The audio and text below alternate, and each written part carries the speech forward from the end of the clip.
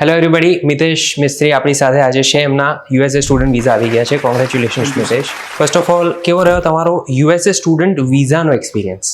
એમાં એવું હતું કે જ્યારે હું ઇન્ટરવ્યૂ સ્ટાર્ટ થયું ત્યારે બહુ ટેન્સ એટમોસ્ફિયર હતું ત્યાં આગળ, પણ અહીંથી મને વેલ પ્રિપેર કરવામાં આવ્યો હતો અને મને સારી એવી એડવાઇસ આપી હતી ઇન્ટરવ્યૂ માટે.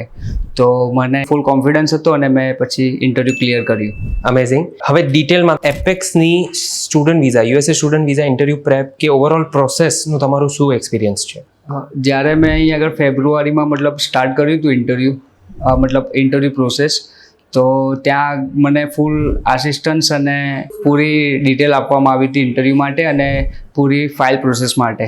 તો પછી મારી આગળ પ્રોસેસ ચાલુ થઈ અને મેં 3 યુનિવર્સિટીમાં એપ્લાય કર્યું અને સ્ટીવન્સમાં મેં I-20 મેળવ્યું અને એમાંથી મેં $10,000 સ્કોલરશિપ મળી.